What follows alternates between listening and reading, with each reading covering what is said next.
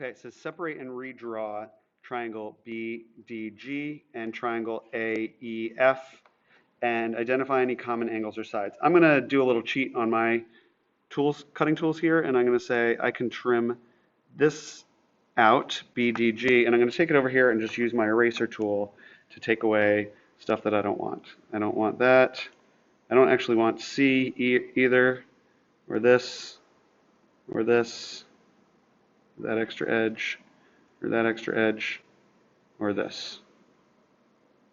Okay? BDG. That's what I want. And they also want me to do it with AEF.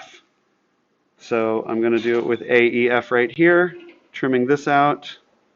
And I am going to use my eraser tool to take away the parts that I don't want. AEF, so I'll take that out, and all of these segments in here. Okay? And it says, identify any common angles or sides. And there are some portions that are the same, but I actually don't see any common angles or sides. All I see is really this portion right here that is a shared part of the side. That's B to D. And if I look at 64, they don't count that as a full side that's shared because it doesn't go from one vertex on one to one vertex on the other. So they have as an answer, no angle or side is common to both of those triangles.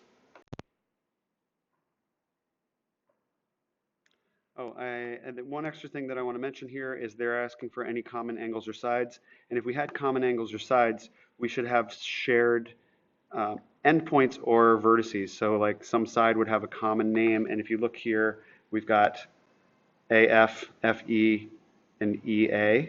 And none of those vertices are the same on this triangle as on this triangle. So even though we have a portion of it overlapping, none of it counts for being the same because we don't have the vertices matching.